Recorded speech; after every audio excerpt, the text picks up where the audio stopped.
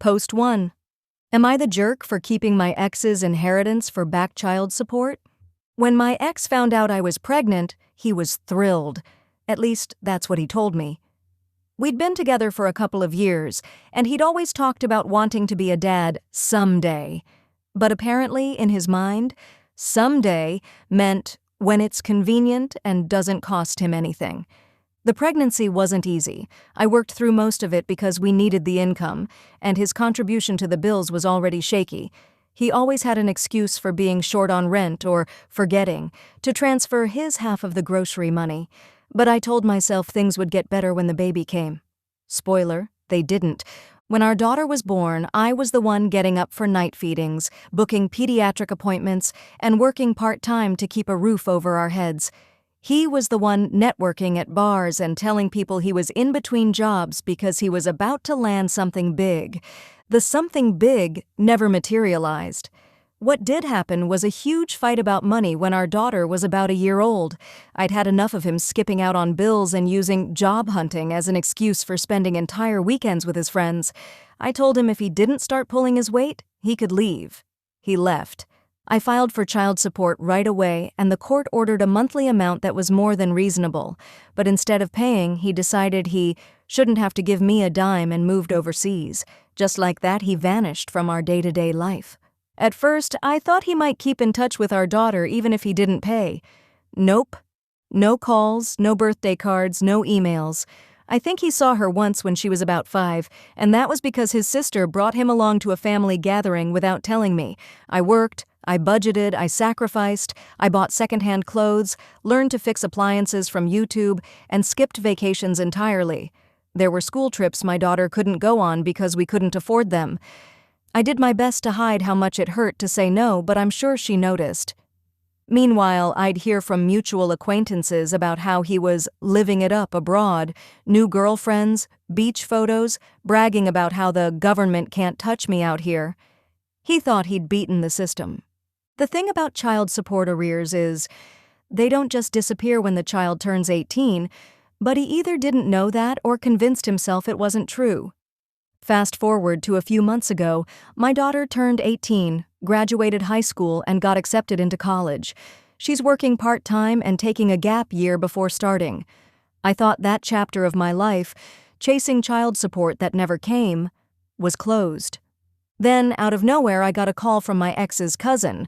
We're not close, so I knew it had to be something big. She told me his father had passed away and left him a decent inheritance, and because he was back in the country to handle the estate, the courts had been notified of his return. I didn't even hesitate. I called child support enforcement the same day and gave them the details. The woman I spoke to actually sounded excited for me. She explained that if there was money coming to him through an inheritance and he owed arrears, they could put in a claim against the estate. I asked her if the fact that our daughter was now an adult mattered. She laughed and said, "Not even a little bit. This is money he owed years ago. You could be 90 and still entitled to collect it." That was when it hit me. After all these years of him bragging about how I'd never see a cent, there was a real chance I could finally get what was legally owed. The process wasn't instant. There were forms, verification steps, and some back and forth between my caseworker and the estate lawyer. But the entire time, I kept thinking about all the school supplies I'd stretched to buy, the birthdays where the cake was the only gift, the nights I'd sat at the kitchen table wondering how I'd make rent. By the time my caseworker called with an update, I'd almost convinced myself it was too good to be true. She said, "We've secured the claim. You'll be receiving a lump sum from the inheritance to cover the arrears and interest." I think I actually sat down on the floor and cried. I'll explain in part 2 what happened when the check arrived and how my ex found out, because of course, he had plenty to say once he realized I'd gotten the money. Post 2, the legal hook. Once the shock wore off that I was actually going to see money from him after all these years, I started replaying every conversation I'd ever had with him about child support. There weren't many. Most of our conversations after he left were through lawyers or the court system, and even then it was mostly him filing excuses. "I don't have steady work. I'm living in another country. She makes enough to take care of the kid." It was never, not once, "I'm sorry I haven't been there," or "What does our daughter need?" I'd stopped even thinking about the arrears as something I'd ever see. They'd become this theoretical number in a court file, the kind of thing you tell yourself you'll worry about someday when you have the energy. But the caseworker's voice on the phone made me realize that someday was now. She explained exactly how it worked. The claim against the estate would be filed before any distribution was made to my ex.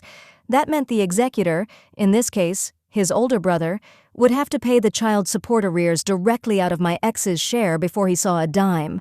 I couldn't help laughing at the mental image of him sitting down expecting a big windfall, only to find a huge chunk missing. The paperwork moved faster than I expected. Within a couple of weeks, I had a letter from the estate attorney confirming that the claim was valid and enforceable. They'd reviewed the court records, confirmed the arrears amount, plus interest, and said the check would be issued within 30 days. It didn't even occur to me that my ex might not know this was happening until the caseworker called to say, "Just so you're aware, once the estate notifies him about the claim, you might hear from him directly." Notifies him turned out to be the understatement of the year. About a week later, my phone lit up with a number I didn't recognize. I let it go to voicemail. The message was short and furious. "You've got some nerve. Call me back." I didn't. The next morning, another call. And another that afternoon. By the time the third one came in, my curiosity got the better of me, and I answered. The first words out of his mouth weren't "hello" or "how are you?" They were, "What the hell do you think you're doing?" "I'm collecting child support you were ordered to pay," I said as calmly as I could. "That money isn't yours," he snapped. "The kid's grown. She doesn't need it." "That money was owed years ago. It's not about what she needs now. It's about what you were supposed to do then." He actually laughed. "Oh, so you're just cashing in now because you can?" I wanted to tell him about all the times I'd had to choose between paying the utility bill and buying our daughter new shoes, but I knew it wouldn't matter. He didn't see those years as his responsibility. He saw them as a chapter he'd successfully avoided. "You've got no right," he said again, his voice rising. "You can't collect child support after 18. "You can," I said. "It's called arrears. There's no expiration date." Silence. Then, "I'm going to fight this. You'll be giving that money back." I almost wished him luck. After I hung up, I called the caseworker to let her know he'd been in contact. She just sighed and said, "He can try, but the law is very clear here. That money is yours. If he files anything, it'll be a waste of time." Still, I braced myself. I knew him well enough to know he wouldn't just let it go. And sure enough, a few days later, I got a call from my daughter. Mom, Dad messaged me on Facebook. He says you're stealing from him." That was when I realized this wasn't just going to be an annoyance. It was going to be a campaign. He wasn't just mad about the money. He was going to try to turn anyone who would listen against me. In Part 3, I'll explain what happened when the check actually arrived and how he went from angry phone calls to full-on harassment when he realized the money was in my hands. Post 3, the payout. The check came on a Tuesday. It was in one of those plain, business-sized envelopes with no fanfare. If I hadn't been expecting it, I might have thought it was just another piece of estate paperwork to sign. But when I opened it and saw the amount, I had to sit down. It wasn't some lottery win, but it was substantial. More money than I'd ever had in my account at one time. Years of unpaid support plus interest had added up. And it wasn't free money. It was money I had budgeted for in my head 100 times over the years, only to slash the imaginary budget because it never came. I thought about the birthdays where I'd wrapped a single gift because that was all I could afford. The nights I'd eaten toast for dinner so my daughter could have the last of the groceries, the school trips she'd had to skip, the extracurriculars she couldn't join, the college fund I'd never been able to start. Now the money was here, and she was grown. It was a strange mix of relief and bitterness. I couldn't go back in time to give her the childhood she deserved, but I could at least put this toward her future. I decided right then that half would go straight into savings for her. She could use it for school, for a down payment, for whatever she needed to start her adult life without the kind of financial stress I'd been under. The rest would go toward paying off my own debts and finally fixing the ancient furnace that groaned every winter. I deposited the check the next morning. It took less than 24 hours for him to find out. The first message came through my phone, just a string of all caps swearing and a demand to give it back before I take legal action. I didn't reply. Then came an email, which was more of the same, but with the added flourish of, "You're nothing but a thief." By the end of the week, it was clear he'd decided that direct harassment wasn't enough. He started looping in mutual friends, telling them I'd stolen his inheritance and that I didn't even need the money now that our kid was an adult. I got a call from a friend I hadn't spoken to in years who said, "I don't know what's going on, but he's telling everyone you're trying to ruin him." "He ruined himself," I said. "I just collected what was owed." Apparently, that wasn't the narrative he was selling. From what I heard, he was framing it as me waiting until he was vulnerable to pounce on his finances, as if the years he'd spent dodging payment hadn't been entirely his choice. Then he took it a step further. My daughter came to me one evening with her phone in her hand, looking uncomfortable. "He messaged me again," she said. "He says if I really loved him, I'd tell you to give him the money back." I told her to block him. She did, but I knew that wouldn't be the end of it. Sure enough, a few days later, I got a notice in the mail. He'd filed a small claims suit against me. The letter included his statement about how I had no right to the money because our daughter was no longer a minor. He even claimed he had verbal agreements with me that I wouldn't pursue the arrears if he stayed out of our lives. Those agreements existed only in his imagination. When I showed the letter to my caseworker, she rolled her eyes. "He's wasting his time. The judge will laugh this out of the room, but you'll have to show up to make it official." So now, not only was I dealing with his harassment, but I also had to prep for a court date, and something told me he wasn't going to go quietly once the judge ruled against him. Part 4 will cover the lead-up to that hearing, and the lengths he went to in trying to get people on his side before the case was even heard. Post 4. The pressure campaign. If there's one thing I learned from raising a child mostly on my own, it's that some people can't handle losing control. My ex was one of those people. The court date was set for 3 weeks out. In that time, I expected him to stew quietly or maybe throw a few insults my way. What I did not expect was for him to turn it into a full-blown PR campaign against me. It started with mutual friends. People I hadn't talked to in years were suddenly messaging me things like, "Hey, what's going on with you and X's name? He's saying you're taking him to court?" When I explained that he was the one who had filed against me and that it was over decades-old unpaid child support, I got one of 2 reactions. "Oh, okay, that makes sense." And then radio silence. "Yeah, but don't you think it's a bit much now that daughter's name is grown?" That second one was always the giveaway that they'd been talking to him, because that was his whole angle, that I didn't need the money anymore, that it was about revenge, not necessity. Then he took it to social media. I don't follow him, but people started sending me screenshots, long self-pitying posts about greedy exes and being punished for moving on with your life. Comments from his buddies about how the system is broken and men get screwed over. He never used my name, but it wasn't exactly subtle. My personal favorite was when he posted, "Imagine raising a kid to adulthood, only for someone to swoop in and demand 18 years of payments all at once. Pure greed." As if I'd swooped in instead of spending those 18 years asking him to pay. It didn't stop there. One evening I came home to find an envelope taped to my front door. Inside was a handwritten letter from his mother. I hadn't heard from her in over a decade, and the last time we'd spoken, she'd blamed me for keeping him away, despite him being the one who left. Her letter was full of lines like, "This isn't what daughter's name would want. You had enough to get by without him before. He's just trying to move on, please let him." It was almost word for word the same things he'd been saying online. I didn't respond. I didn't need to, because at this point my caseworker had told me in no uncertain terms, "Do not engage. Save everything. We'll present it to the judge if we have to." So that's what I did. I started a folder. Every text, every voicemail, every letter. The more I saved, the more it read like a man trying to rewrite history. The worst part, though, was when he tried to drag our daughter into it again.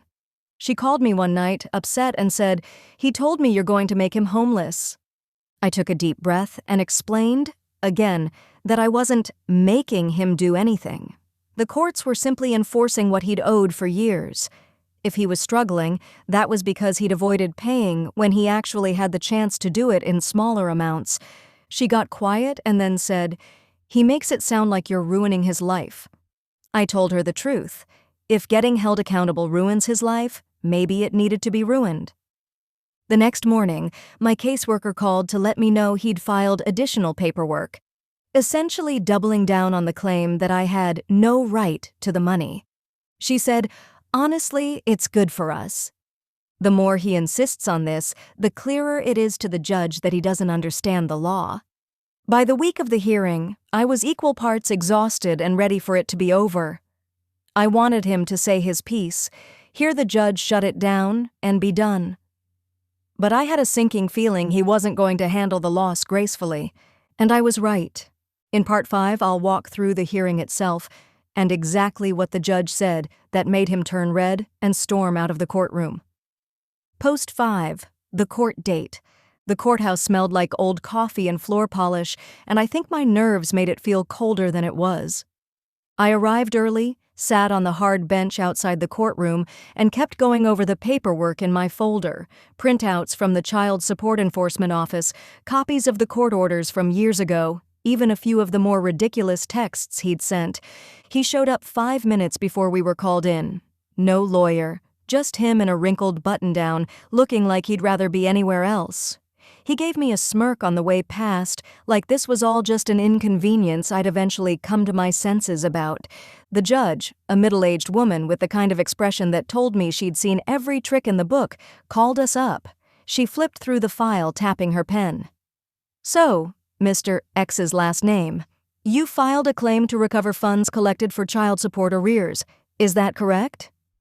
"Yes, Your Honor," he said, with the smug confidence of someone who thought he was about to score points. "The child in question is an adult now. There's no reason for me to be paying child support anymore." The judge raised an eyebrow. "We're not discussing ongoing support. We're discussing arrears, payments ordered by this court that you did not make when they were due." "But she doesn't need the money now," he said, gesturing at me like I was the one on trial. "It's just vindictive." The judge leaned back in her chair. "Sir, child support arrears are a debt. They do not expire when a child reaches adulthood. You owed this money for years. The fact that it was collected now via a claim against an inheritance does not change that." "She's stealing from me," he insisted. "No," the judge said flatly. "She is receiving funds she was legally entitled to. The court has no authority to order her to return those funds because they are hers." I watched his face shift from arrogance to disbelief. He opened his mouth to argue again, but the judge held up her hand. "And I'll remind you that interest accrues on unpaid child support. You are fortunate the amount was settled through the estate. If we were calculating additional penalties, you might owe significantly more." That shut him up. Briefly, the judge turned to me. "Do you have anything you'd like to add?" I kept it short. "Only that these funds will be used to support our daughter's future. I have no intention of keeping them from her." He scoffed, muttering something under his breath about me, always playing the victim. The judge didn't even look up from her paperwork. "The claim is dismissed with prejudice. Mrs. Ma, my last name, you retain the funds. Mr. X's last name, this court advises you not to pursue this matter further. Doing so will waste both your time and the court's resources. Gavel down. Case closed." We stepped out into the hallway and he immediately rounded on me. "You think you won, huh? This isn't over." I didn't answer. I just walked away. The truth was I had won, not because of the money, but because the law had finally backed up what I'd known all along. He'd been dodging responsibility, and he couldn't outrun it forever. Of course, he wasn't about to accept that. By the time I got home, a friend had already texted me a screenshot of his latest social media post. "Some people will drain you dry and smile while they do it. The system is broken. Remember that." Part 6 will wrap this up.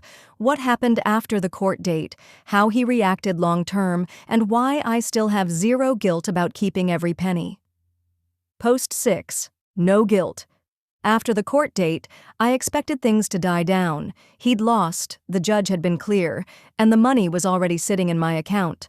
But if there's one thing I should have remembered about him, it's that he can't stand losing control of the narrative. The next few weeks were a mix of silence and noise. Silence from him directly. I think he realized any more texts or calls could get him into trouble, but noise everywhere else. Friends would screenshot his posts and send them to me. Same theme every time. How unfair it was. How men get robbed in family court. How greedy exes ruin lives. He started making himself the hero of his own little story, talking about how he'd walked away to avoid conflict. Translation, skipped out on child support, and how I'd waited until he was grieving his father to strike. Translation, the legal system finally caught him. I stopped looking at the screenshots after a while. They didn't change anything. What did matter to me was what I could finally do with the money. I paid off the last of my credit card debt. I had the furnace replaced before winter hit, so I wouldn't have to cross my fingers every time the temperature dropped.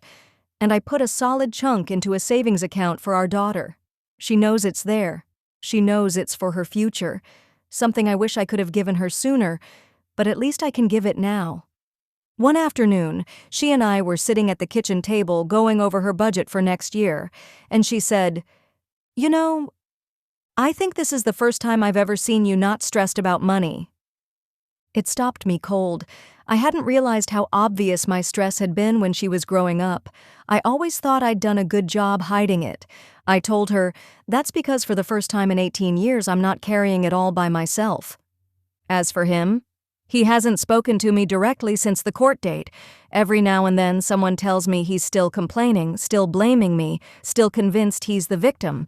But the truth is, it doesn't matter anymore. Because here's the part he will never admit, even to himself. This was never about me taking something from him. It was about him avoiding what he owed for so long that he forgot it was ever his responsibility in the first place. And that's why I have no guilt. None. I carried the weight he dropped. I raised our daughter without him. I made sacrifices he'll never even know about. And when the system finally handed me what I was owed, I took it, and I put it to good use. The irony is, if he'd just paid even part of it over the years, this wouldn't have been such a blow for him. But because he refused, he lost it all in one go. That's not me being vindictive. That's just consequences finally catching up. So if anyone asks me, and a few have, whether I'd give it back, the answer's simple. Absolutely not. He had 18 years to do right by his daughter. The window's closed.